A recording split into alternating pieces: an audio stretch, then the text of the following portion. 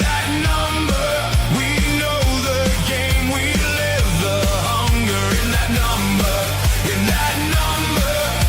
gas and pen, it gets us stronger. Every chat, every call, every story, we want it all in that number, rugby hearts, we roll together. Come on. Welcome back to Thursday Night Live on the In That Number podcast. Where do we start picking the bones out of that one, Ben? That was just. I will apologise now for my voice. It's been a bit knackered this week, so I do apologise. I'm gonna get on with it. I'm gonna have nothing left for tomorrow. Where do you start with that? Worst performance I've ever seen at a home game in my entire life. I include Nosey Road in that. Excuse me. Easily the worst home performance ever in my lifetime. I think Rowley summed it up fairly nicely at the end. There you go. How often do you see that? In that the effort wasn't there, and that will always annoy me more than anything else, because can you always help a performance? No, because every player always wants to play amazing every game.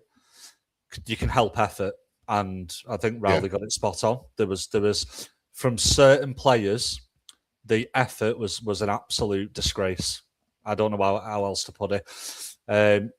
Injuries are no excuse. We started that game. Starting 13s on paper, for me, I would take ours over the Toulouse starting 13. We had former Grand Final winners, World Club Challenge winners, Challenge Cup winners, internationals, several of them in that starting 13. So don't even come with me. I don't want to hear the word injury about that performance, because if it's a tight game and if it's scrappy and we have a weak bench and we faded later in the game, listen, fair enough. 46-0 at home to Toulouse, who were doing better than people thought they would, but they're below even us in the table, and know how bad we've been. They're not in the playoffs. They're not a playoff team. That would have been unacceptable against Wigan, to be honest. That level of effort, that performance, just a disgrace all round. I'm seeing not having a go at the young lads. Well done to the young lads on the debuts. They're awful situation to bring young lads into, and not the way you want to debut people. Not expecting them. The more experienced players, pissed off, to be perfectly honest with you, really pissed off at that. Joe, I was seeing a lot of Rowley out shouts, and I'm thinking, I get it elsewhere, but in this particular game, he did not have a lot to pick from, and he had to pick something. Listen, Rowley's going to get it in a minute, because I'm not happy with him. But are we well organised and well trained under Rowley? No, so it contributes a little bit to the performance, but just basic effort levels from very good players at in some instances as well. How easily, how quickly it looked like they just gave up to Toulouse. The team, they're never right off the Saints. Well, that is literally our motto, and you're playing for this type of club that has that as a literal motto for the club. And about 18-0 at first half, it just felt like they were losing 80-0. It was bizarre. Yeah, there was no I've seen bad performances where they're fired up and it still isn't like the KR game, where they seemed to try to be fired up after conceding, and they were trying to get themselves going. They were just outclassed. There was just no fire. There was nothing. More than enough time to come back, even from 3 or 4 tries down. An entire half of rugby to play. Hard to do, but very possible if you play well. And it was like they gave up, just completely gave up. I'm baffled more than anything, because as poor as we've been at times the last couple of years, I don't think I've seen that. I don't think I've seen that once under Rowley or Wellens previously. Wow. I don't know. It's crazy. It's absolutely crazy. Just horrendous all round. That is the most angry I've ever been, I think, ever at a Saints performance in my life again, because I don't want to. I didn't want to really name individuals, but they're experienced players. These, like Wellesby, Sailor, Hastings. They're the ones that Wellesby looks like he doesn't want to be there. Neither of them did. I mean, Hastings, it'd be all right. It's been far from the worst in that game, far from the worst this season. But you're the leader, you're the head organizer. Yeah, you're the one who plays that one specialist position and has done all season. You're the one who should be the most comfortable on the field in the role that you've got, and nothing from him. Just absolutely nothing. A good scrum half can try and drag the team back into a game. I just didn't see it. Wellesby again didn't care. Sailor, plenty of plaudits this season. Plenty of plaudits for at times very good reasons. Nothing. Zero electricity from your running standoff. That player, that one break. Like, forwards. Not going to bag them too much because it was a bit inexperienced, but I mean, real pathetic numbers in terms of carrying the ball. And when we weren't facing the 2018 Saints pack, I'm sorry, like, in all due respect, decent team to lose, but why is a pack like that with players like Chucky Chan? You're making him look like an absolutely peak Paul Gallen out there. It was just absolutely crazy. Don't know what else. I don't know what else to say because it was just bad. Everything was bad. You can't focus on anything because it was all bad. Everything was bad. Yeah. Well, 80 minutes. I have managed to pick out a small positive, if you can believe that, and that's Tom Humphries. He came on, energy all over the pitch. He wanted to be involved in every single tackle. There was one where I think we tackled a player into touch, and he's rallying the troops. A 19-year-old kid is like, "Come on, lads, let's go." Yeah. Why is he doing that? Why isn't Hastings doing that? Why aren't the experienced players like saying, "Come on, let's get going"? I think Humphries did okay. The young lads who were debuting for the situation they were put in, none of them were being close to being the worst player on the pitch. None of the young lads Evans didn't do anything wrong. Yeah, obviously Chris Evans didn't do anything wrong. They went in and they were eager to get involved. They were let down. Completely let down from the experienced Super League players in that squad. Joe, absolutely spot on that, Adam. Spot on that. That was a performance that, to me, tells me they don't care, and if they don't care, the Rowley's lost the dressing room, whether it's his fault or not. I don't know. That seems to me that a clear indication they're not playing, because as awful as we were at times under Wellens, you never got that, because at the very least they tackled hard, they defended hard, and you could see in the leads and then even in the chaos semi-final loss just how much they were putting into it. I've never seen that. Like, that was a Downing Tools performance. That was we're not happy. That felt like players going on strike to me. That's what it felt like. Yeah, he just didn't seem interested at all. And if it wasn't, then it's even more baffling, because I can't see any other reason other than that was them making a statement to their own that they're not happy and that they're not playing for the coach. I don't know what no backbone, was there? The best way to describe it, there was no backbone. No backbone at all. And considering we had that 1, 6, and 7, we did last week, the week before, and all that was absolutely just pathetic. Pathetic as well. And then the usual problems: no organisation in attack, despite, again, your experienced scrum half and your so-called world-class fullback. You think even if there's problems in your team, with those three consistently playing for a while now, and all three having achieved a lot previously in the careers, or maybe not Sailor, but he's been on very good form for most of the season. Inexplicable that our attack can be that bad with those three players. Like, inexplicable, and that's a coaching fault too. That's been all season. All season. The attack's gone backwards from being even. It was bad last season. It's even worse this year. The defense, the one shining point of the Wellens era, is gone. All that defensive levels that we used to have, even when we were not great with the ball, that's gone now as well. We are in a pickle, to put it lightly. This is a real tough position. Do you know what? I agree with what Sylvain Houle said as well about Ashall Bott taking Welsh's spot in England. Cannot disagree with that at the minute. If you're going to go on merit, yeah, all day long. Several players. There's probably about 7 players right now you pick over Wellesby, if you want to be honest, and pick on merit. Yeah. And fair play to Ashall Ball. It's proof if you drop into the Championship, it does not mean your career's over. A lot of people get written off if they drop down, but he just dusted himself down, worked on his game, has got better. And I'm sure playing more Super League will improve him even more because better opposition. The Championship. And Joe, what? I think the important thing here now is we're taking nothing away from Toulouse as well because they were better side in every aspect. Yeah, better side. Played very well, deserved the win. They just shouldn't be winning by that amount at our stadium. That it's the level. The level of the loss is unacceptable. Like I said, if it had been a tighter game with a lot of the disruption and injuries, I would have just done nothing but praise Toulouse because they did deserve to win. And fair play, they've been on some batterings themselves, and it doesn't look like they've lost any team spirit, and they're just working hard. They know they're a work in progress. And they seem to have ridden out the drop-off that they had, and now they're back to winning the odd game again. And, they, not a million miles away from the playoffs, I think, when it comes to the end of the season. It might be something they want to, sign 2 or 3 good players in the off-season.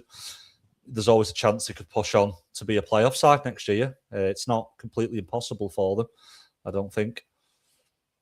Yeah, you're spot on. And I'll get the table up in a bit as well. But it's been bugging me this, right? So as soon as that final whistle went, I left. I thought, Joe, what? I'm not even going to give him the time for clapping or booing. I just went. Correct. Now I believe that the only Saints player to actually get near the West Stand was Jake Davis. And fair play to him. I mean, that kid is going places, and he deserved better from that game as well. That's a really good level of accountability for someone who's so young as well. It's a shame that a few of them, again, the more experienced players, just basically, they basically stayed right in the middle of the pitch. They barely went right, the most half-hearted attempt ever to go around the stands, and 1 or 2 ran straight down the tunnel after about a minute, which I noticed as well. Nothing gets past me. I'm not being funny. With how little experience he has, Jake Davis is not the one who should be fronting that on behalf of his team. That's not right. All of you do it.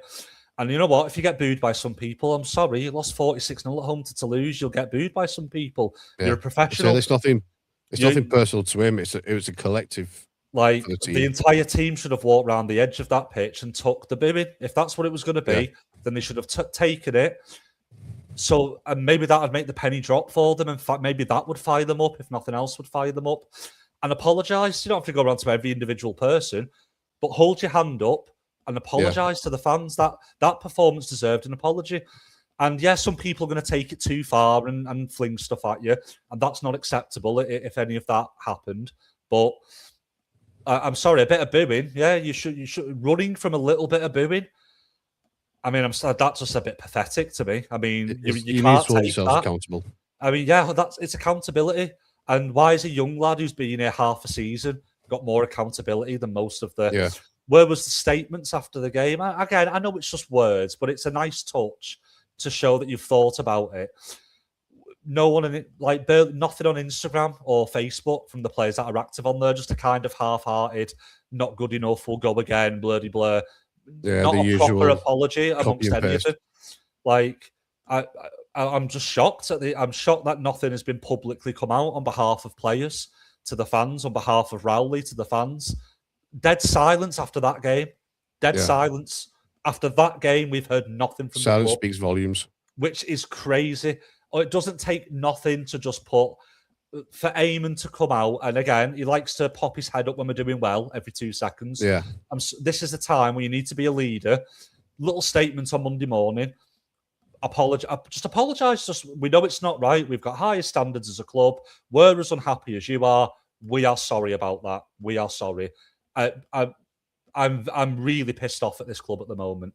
They're like on thin ice. Even Wellens, Like, even as a player, when he got interviewed after a bad game, he would actually say, "That is not our standard. That is not good enough." You know what I mean? At least you got that from him. And there's been nothing. There's been no player. Oh, how long does it take just to type something out on your phone and just post it on Instagram and just go like, heart to heart here. I'm very sorry, everyone who watched, but just like half-assed, we're gonna go again. Bad day at office. Sorry, these they used about 5 of them in that game. These statements that they're putting out that don't seem like any of the players actually written them themselves, and there's nothing personal. Yeah. Nothing from Eamon, nothing from our new CEO, nothing from Rowley. That we needed more than just a post-match interview stuff for that. That was something that needed someone at the club to step up, take accountability, and just remind the fans that it would go a long way as well if they just if Eamon and Rowley had come out with some joint statement and said something like, please, we're sorry, it was unacceptable. We take accountability. Our standards are higher, and not to fully blame the injuries, but just to go, listen.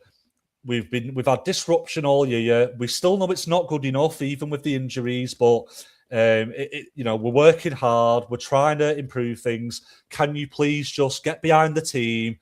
We need your support. I think a lot of fans would go, all right, fair enough, yeah.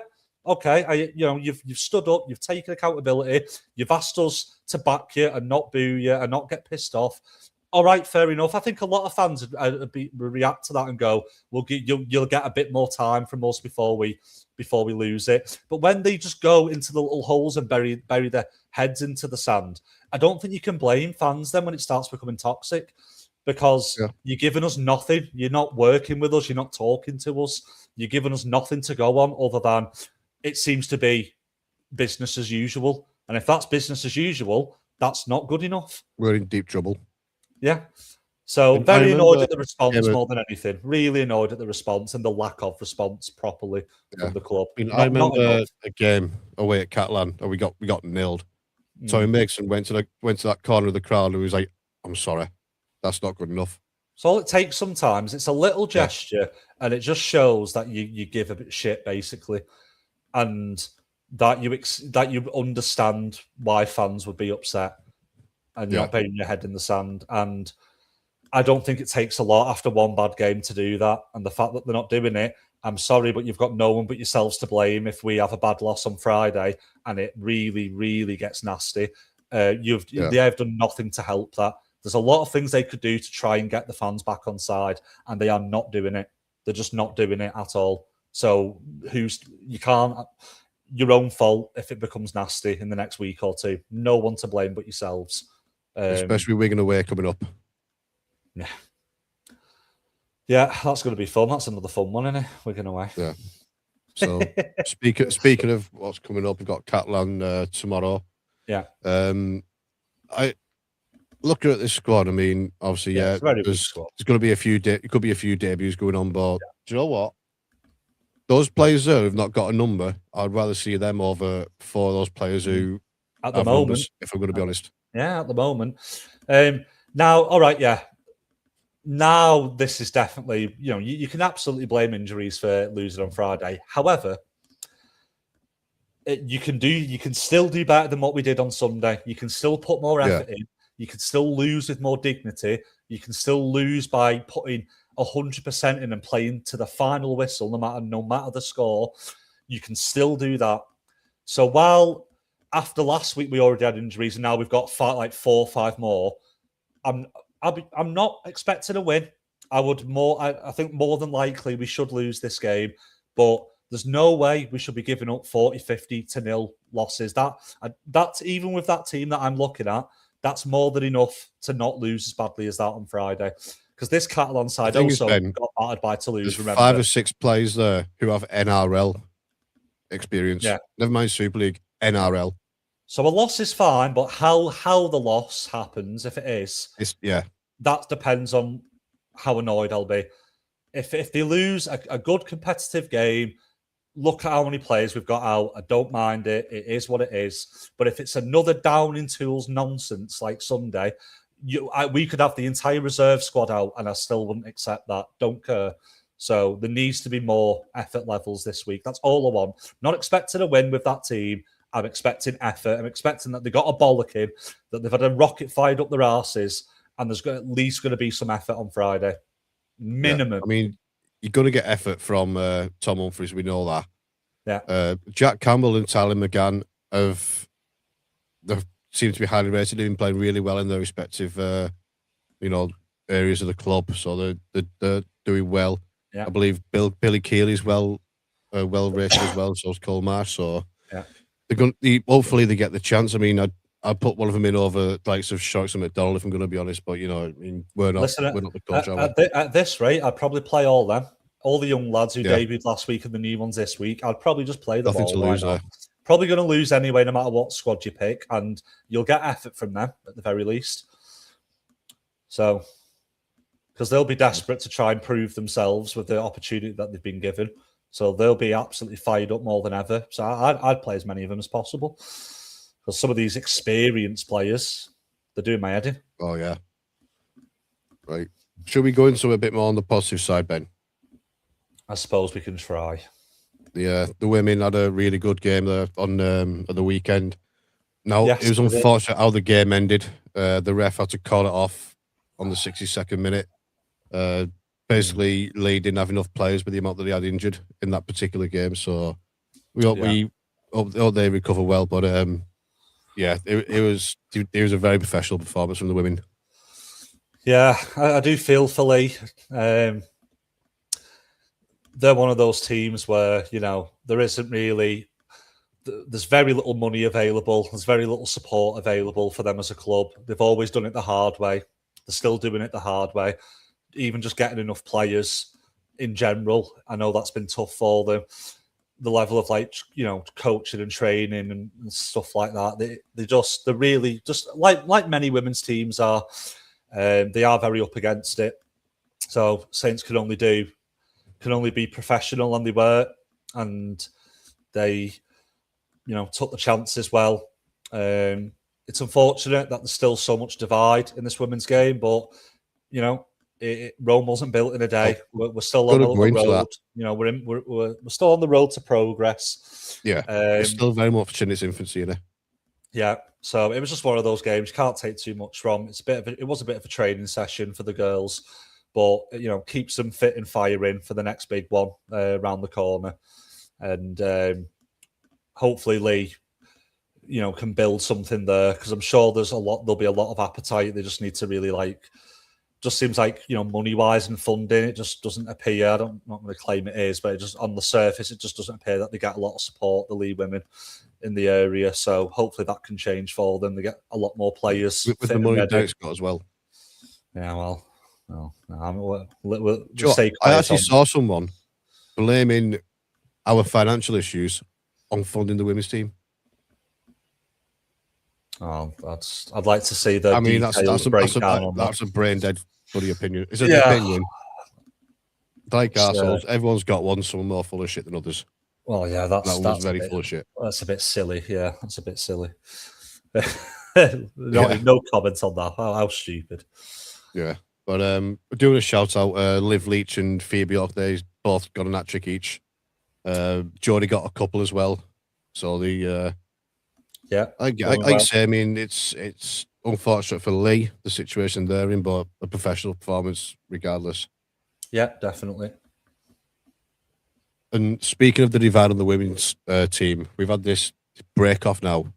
We've got the Super 4 and the Shield competitions. Yeah, which does make sense. You know what I mean? It's still giving teams something to play for. Yeah, even at the bottom half. Yeah, it's like the old Super 8s has come back. Super 8s, middle 8s. Everyone remembers them. And it'll then give those top teams like a lot of weeks in a row now where they're getting like higher quality, more intense games. Competing. And then there's more competitiveness at the lower end too. There's not teams just turning up to get battered for the next few weeks. They can build some confidence now and try to put some good performances together and, end your season on a high, because it's tough for those bottom four teams. A lot, it has been tough on quite a lot of them this year. So, nice little system. and it means we're getting to a string of very exciting games now at the top of this is like the business end now. This is where you get some really good games every week, which are more than worth paying attention to. Yeah, especially if you're a season ticket holder, it's a home game, you're going for free. So it's not to be sniffed at. Definitely. So got to stay on the women here because the England squad has been announced. And like you see, they've got an international break in their game. That's how ahead they are of us. But 4 Saints players involved there: Jodie Cunningham, Shona Hoyle-Hodsworth, Katie Marchand, and Vicky Whitfield. All well deserved, in my opinion. Yeah, really well deserved. Good to see. You know, Jodie's last year, she's going to be finishing with some international performances, which is good. And yeah, the rest of them are more than earned the spot this season with how they've played. It's there should be hopefully some decent games. Yeah, and Joe, what I like about Katie Marchand as well, whether she's starting or coming on as an impact, she's excellent. She is, yeah. Yeah, she's got a lot of guile, got a lot of like good aggression, like controlled aggression in the middle, like a real handful in attack and defence. A very well earned opportunity to play international rugby, definitely.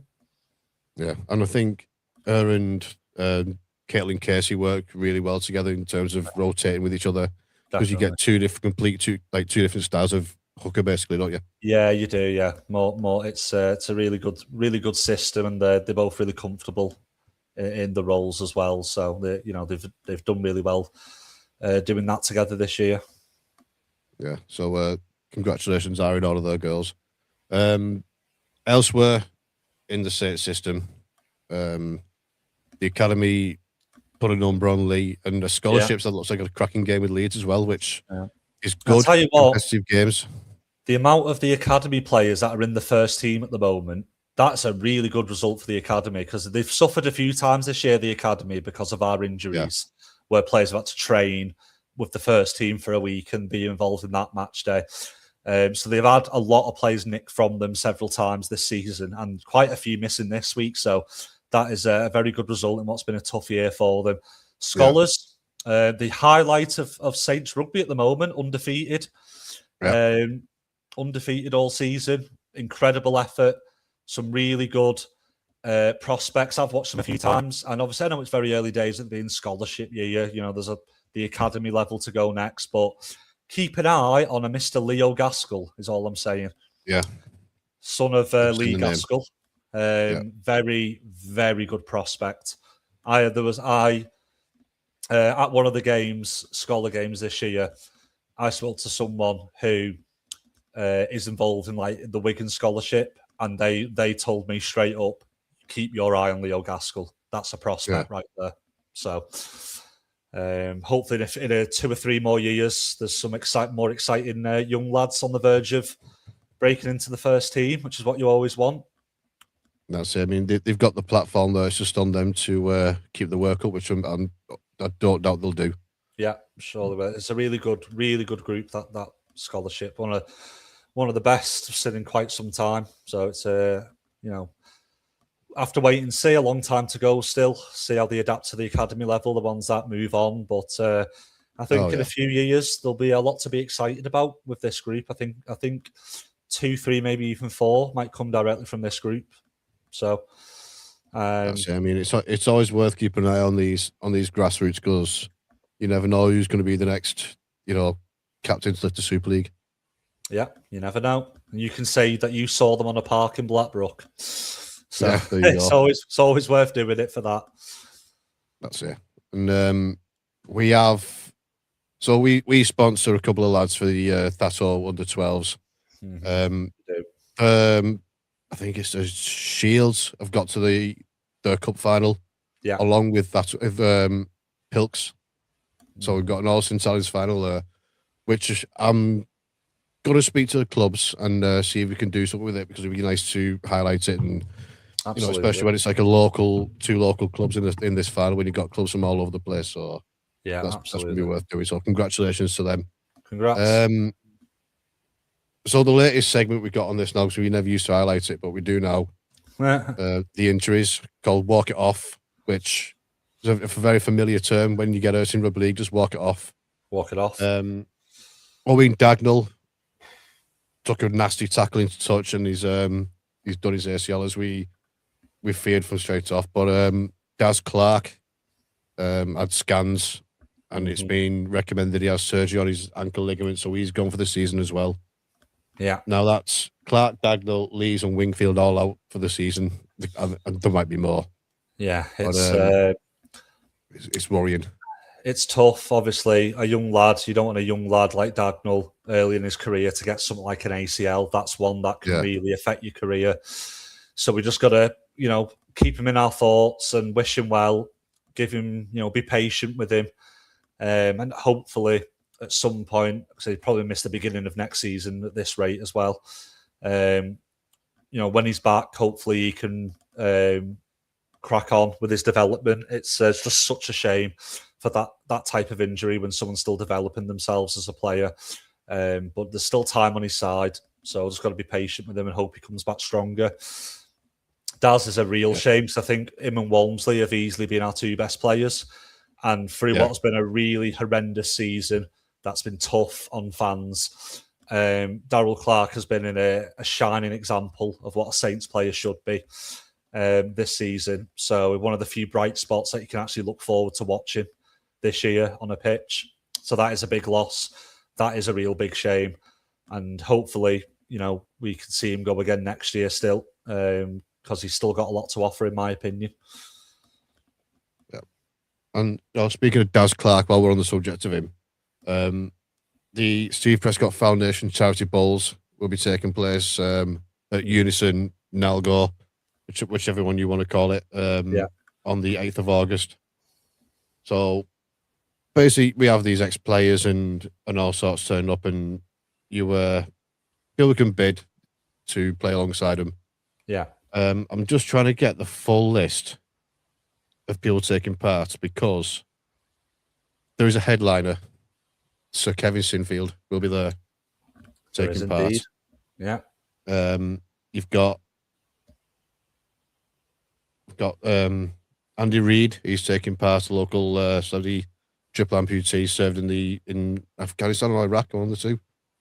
You got Tommy Martin, Derek Beaumont, David Fairclough, ex-Liverpool player. Who else have we got? Yeah, some lineup. So we've got Kev Sinfield, Mickey Iam, Benny Westwood, Adam Fogarty, who's probably better known for his acting days now. Yeah. His first playing days. And you got Gary Connolly as well. There's loads of them. You got that fella from Hollyoaks as well. What's his bloody name? Can't remember his name now. Joe, you can tell I don't watch bloody Hollyoaks, can't you? But this fella, he takes part every year, so fair play to him. Yeah, fair play. What's his bloody name? It's going to do me in that now. I can't bother. Either way, he's on Hollyoaks, so there you go. There you go. That's all you need to know. Hopefully, we can do a bit with that. And help out where we can. Yeah, absolutely. Right, so Ben, I'm going to set you off now. Oh God, there we go. Is Rowley the problem? He's not. Now, this is not us. It's not us specifically putting the blame on Paul Rowley. It's just like, because we see a lot of it. But is he the problem? Is it higher up? Is it lower down? He's not the problem. He's a problem. He's one of many problems. He's absolutely not all to blame. Standards at this club have been very low from the top down, from Eamon and Rushy down. What they've deemed acceptable, what they've put up with. That's not to discredit all the things they have done for this club and achieved for this club in the past. That should never be forgotten. But the fact is, since about 2020, 2021, there has been no standards or upholding of standards at the club on and off the field from the top level down. And that does make a coach's job very, very hard. And I think we now see, after seeing what we've seen with Rowley, that we probably need a bit of an apology to Paul Wellens. Not to say that he would have ever turned it around. It would have been fine. But I do think he, in the end, he did have to go. But it's clearly bigger than that. Like, yes, I do think better coaches in the league right now, we would be doing better than we are. But would any coach right now have this club firing near the top of the league? No, because the recruitment for years has been poor. The way we've developed the academy over the last few years, we've taken the eye off the ball there. Academy's near the bottom of the league this year. We've always been in the top 2, top 3, always making that grand final. That shows from every level of the club off the field. The story last season about Wigan getting about 6 or 7 Saints fans from Thatawee into the scholarship because the club didn't do enough. To the contract extensions, like 2, 3, 4 years for really average players, and we've done it again a couple of times this season already. The players we've signed, the communication between fans and club, how long they allow bad performances to go unchecked in terms of like the last coach and this coach, really, if you're being very, very harsh. Just, it'd be too long to get into everything. We'd be here for hours, but he's not the problem, Rowley. Do I think, would Matty Pete be doing better with this team? Yes. I think Super League isn't a great standard. There's not a lot of great teams. We do have a lot of good experienced players in the team. We should be around 4th or 5th and be comfortable, not near 6th or 7th and be fighting for our lives. He did promise a more exciting attack. Your attack doesn't have to be particularly great for it to be exciting. It's not the fact that it's not clinical. It's the fact that it is just not, it's the same attack as last year. He came in and promised, we'll throw the ball around, we'll play like a Rowley side, it'll be exciting. We rarely offload the ball. We rarely throw the ball around from left to right, right to left. We're probably slightly more expansive than we were under Wellens, by that much. But that's something that he could be changing, no matter how much of a mess the club is. That's something he has control over and hasn't changed. Defence has gone backwards with a very similar squad. That's something he has to take responsibility for. Yes, there's a bit of mitigation with all the injuries, disruption. How much of a mess we are off the field does affect you as players and the team. So he's got some mitigation there. So I would say nowhere near the biggest problem in any way. And I would be more than willing to give him a lot more time. However, he's not helping his own case with some of the decisions he's making. With how he speaks to the media and fans, he's very cold and he's very smarmy at times, and his attitude's really weird. And he's put me off a few times to how he speaks, how he addresses, the public. I don't think he wins himself any favours. He doesn't seem particularly warm and doesn't seem like somebody who's created a close bond with the fans, and that's something he could have done. He has the choice to do that. I don't think he's done it very well. Sub use is still very weird. We've just been over the attack. Is no better than under Wellens.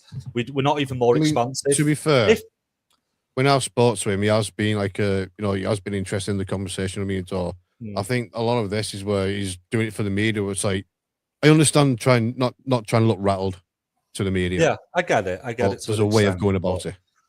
Yeah. And just with the attack and how we play, the style, if we threw the ball around loads and offloaded loads and we were still getting beat because the players just aren't good enough to play that way, or we were making a lot of mistakes because we were playing that way, I would be more than happy at this point to say I'm fine with Rowley, no problem. It's the fact that even with the injuries, even with the disruption on and off the pitch, you can still go out on a training field and coach a team to play expansive rugby, and he's chosen not to do that. And which is strange because all these other teams throughout his entire career have always played exciting rugby. We don't. We play dull as dishwater up the middle, kick long. We rarely offload. We rarely do broken play rugby. We rarely do chips over the top or kicks to the corner.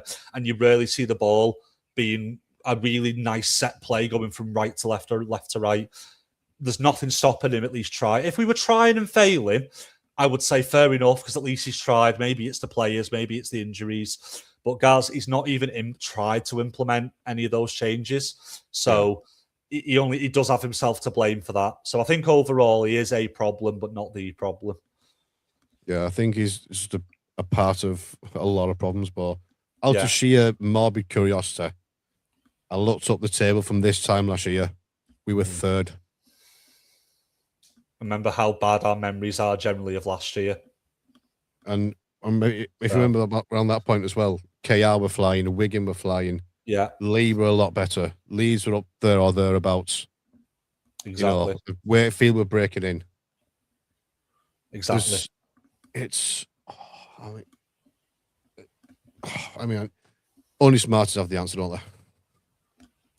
Well, couldn't put it better. Yeah, it's a hard one, but there is more he could be doing, I think. Oh, it is bonkers. I'm just trying to find if there's anything else to go into since we've been live before we go to the predictions. Yeah, because they're going to be interesting to talk about. Let's put it that oh way. yes. Right, let's go into it. Get rid of that. So there's differences there. Why it says list, I'll never know, but I'll chat GBT for you. Go through Tom's first then. So he's gone Wakefield, Saints, Wigan, All KR, All FC. That's a brave one.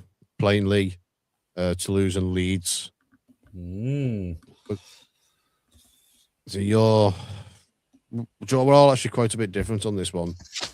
Do you want to take us through yours, Ben, and there's no well, you got these picks from? I just think a lot of them seem to be on paper fairly one-sided in my eyes, to be fair. There may be a couple that maybe I'm a bit overconfident on. I will say I've only picked one home team to win all weekend, which should be quite something for all the away teams to win. But when I went through them individually, I just can't see. I think the ones that could be different are Saints Catalan, because both teams are rubbish, to be honest. Again, I think Hull FC Lee. I think Tom's been on the sheepdog picking Hull FC. I think for that game. Sorry, Tom. And then the rest of them, we're all very similar. I think Wigan. Who are KR playing? Warrington. I think that maybe is the closest one potentially. Yeah. If Warrington at home turn up, that could be a game. But yeah, I think we're all very similar. So I just think they're very one-sided games this week, in my opinion. So, yeah, I mean, us and Catalan are 5 points each. So he's Warrington and KR, and Wheelie so is Toulouse and York. Yeah, that's true. Yeah. I mean, reasons for mine, obviously, Wakefield. I mean, you do have to take Ozil into account at times because obviously they know the pitch well. And last time, I do like what Bradford done actually when they done the social media post for advertising the game. They had the lights turned off. Yeah, I thought that was quite funny. That was quite good. That I did like that. Yeah. Oh, for fuck's sake! Like, just when talk about a club not reading the room, right? So, literally 2 days after that game, they're trying to advertise merchandise, right? Yeah. Now, again, with nothing. We're wearing the Tesco bag again tomorrow. I mean, what? Why?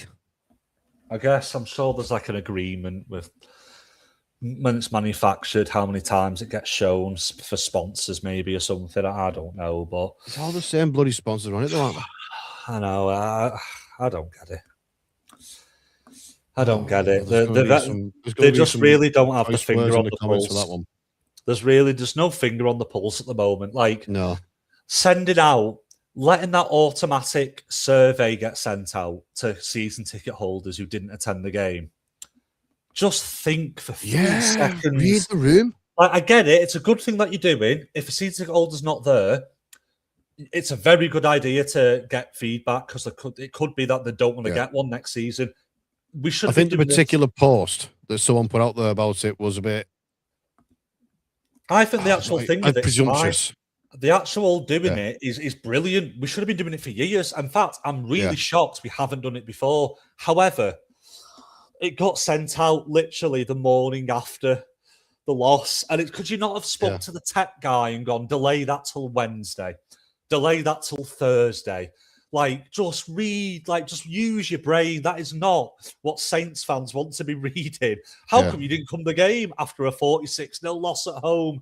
Why did it go out Monday morning? Oh, just use your brains, man. I know. Oh, it's like no one is thinking about fans at this club. Like, Yeah. no, I mean, it's a fair question to ask. You know what I mean? Because like, is there anything we can do to improve? Yeah, just delay the on pitch for whatever a start. button they've got that sends it automatically. Delay it for 2 days. Just let Yeah. people calm down a bit. You know, fucking Jesus, this club, man. Anyway, move on for that before Ben has an aneurysm. Oh, they're just making me. They are going to make me have an aneurysm at some point. Fucking team. Right. Now, you might call me and Tom mad for going Saints, but I'm always going to back him. Unless if we're playing Wigan this week, not a chance. But, I think you're both been on the sheepdog again, picking us. To be honest, against Catalans. honestly, it's one of them where with the young players there, I've got more faith in them than you have the full squad. If I'm honest. True. Yeah, true. It could end up being a blessing in disguise. It's a point. Yeah. I mean, Wigan, they're going to absolutely blow Huddersfield away. Yeah. There's no question there. With ease, yeah. I think the game of the round day is going to be Warrington and KR, and they have to play each other in a few weeks as well on a Tuesday night. They do indeed. But, They do. Yeah, I mean, with the way like Warrington have got bodies out as well, and they're not got as much momentum going on. KR, similar situation, but I think they've got a bit more than Warrington have. Yes, definitely. Lee are going to wallop FC. I don't know what Tom's been thinking on that one. Tell he's Cumbrian. Correct.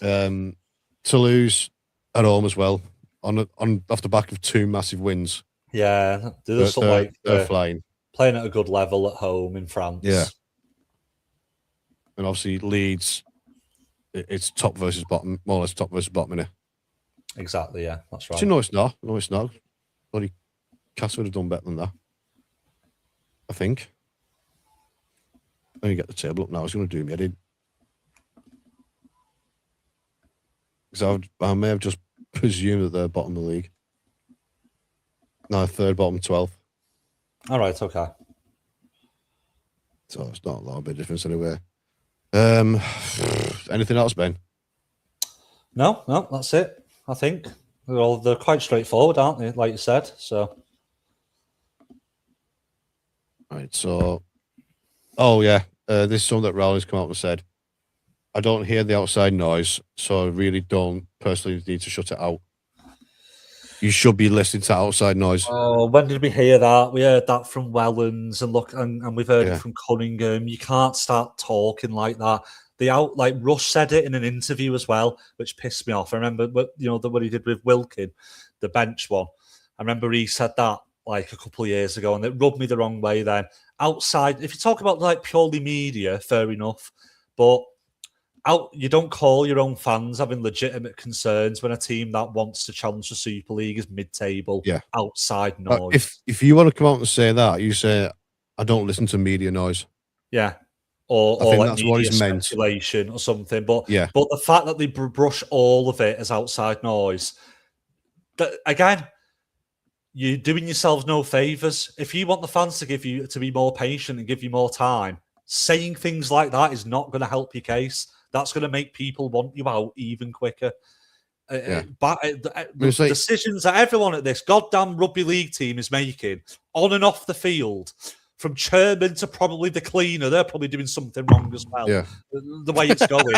What I just don't understand. It's like they don't. It's like they think they're doing all this for robots. It's the fans are the judge, jury, and effing executioner of this team, and always will be. You are here to please us. Like it or lump it and go somewhere else where there's no expectation. Go and play at some field in Yorkshire where there's 20 fans turning up, all smoking through pipes or whatever. Like, go and play for one of those idiots. Don't get away from my club if you're unhappy about that. Oh, goodbye. I will shut the door behind you. You'd rather you go than half-arse it. Seriously, please, gladly. I'll drive you to wherever you want to go, free of charge. Get in my car. Yeah. I will take you away from this town. Please. Are you sure your card lasts that long? I'm done. Done with them. It's like, listen, this week. What you should be coming out with is, listen, we hear the fans' frustration. Yeah. We hear the fans' frustration. We are frustrated as well. We have high standards for ourselves, and we're not happy with how it's been going. So we will put more pressure on ourselves than anybody else will. So we understand it. My God, You don't even have to believe it, but just have the common sense to know what the fans want to hear. Please, somebody It's at just this simple, club. The guy in reception always seems nice. Maybe give him a bigger job. Maybe he, I don't know, like make him the CEO or something. I'm gone now. I'm gone, Gaz. Ben needs a sheepdog. It's defeated me. It's absolutely defeated me this week. It's defeated me. Well, so it needs to start with a win tomorrow. No, even not a win. We've got a lot of players missing against a stronger side. Effort. It can be close even with that team. I'm not having that. It can't be. And at the end, during the game, play some good rugby. I know that's probably not going to happen overnight, but get the fans on the feet and play some exciting rugby. Fire the fans up, gesture to them. And guess what? No matter what happens, you go over and you either clap or you apologise at the end of the game. Pick one. Take some accountability. Either way, that's it. Right. And on that note, I think we'll call it, Ben, because you look like you're about to cry. I am. Well, if we have the same again next week, I might not be fit for the podcast next week. I might have to. You'll have 6 days to recover. You'll be all right. It might not be enough. I might need a year if it happens again next week. But we'll see. Not taking a sabbatical. It's not allowed. No. Yes. Right. Anyway, so big thanks to everyone listening. We really do appreciate it. We appreciate all the kind words as well that we get on match days as well when we have people coming over and speaking to us about it. It means a lot to us. Words. I appreciate the unkind words as well, to be honest, because they do give me a good laugh. Oh, so. Yeah. I mean, at the end of the day, you're not going to please everyone, are you? We certainly don't, apparently. So. Oh, yeah. It's just me and you on our little ego trip. Yeah. All the money that we're raking from this completely voluntary, no one else has to do it podcast. Listen, the amount I've spent, honestly, on buying microphones, computer, laptop, stands, bloody cameras, and of course, as part of the stickers, badges, I'm probably close to being $1,000 down. As part of the ego trip, we also like to get fans on to co-host with us, and we encourage them to come and jump on the show whenever they want. It's just how egotistical we are. We do want it to be a voice for the fans, like any egotistical maniac would. Yeah.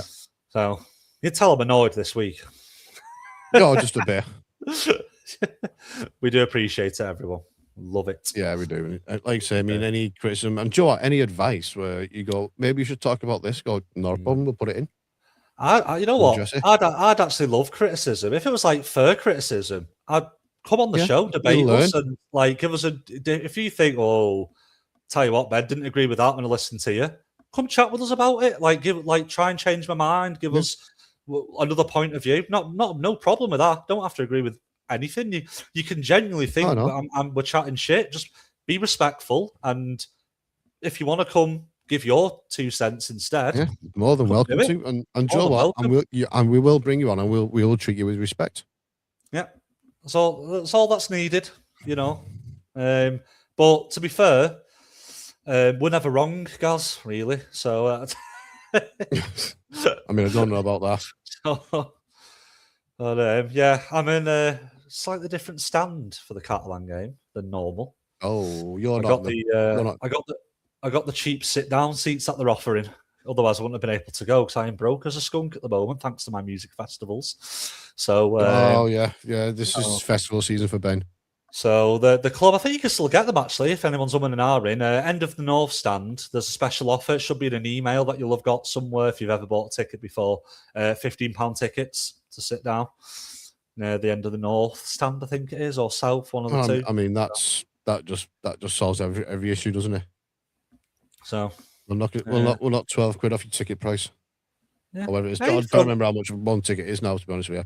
To be fair, those seats, that's about 20 quid off. So it's not too bad.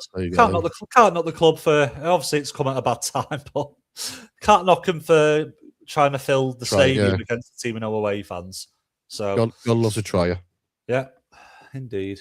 Anyway, we're just rambling on now, so we'll get out the way so people can get on with their evenings because some people play with the tea now and throwing fish fingers around it. There's some of the shit they're working up with.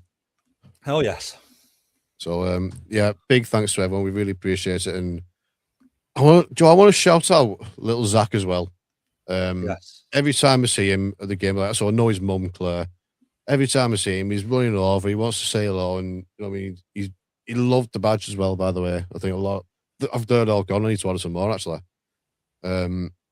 He plays for Pilts under 12, so he's up against Thasso. So we're going to do a little piece on him as well. But really appreciate the support, little fella. Really means a lot. Thank you. And we'll be back next week. Hopefully, not as ranty as this week. We can't make promises. No, we can't. It's all down to the club. So we'll be back next week, and we'll see you there. See you then.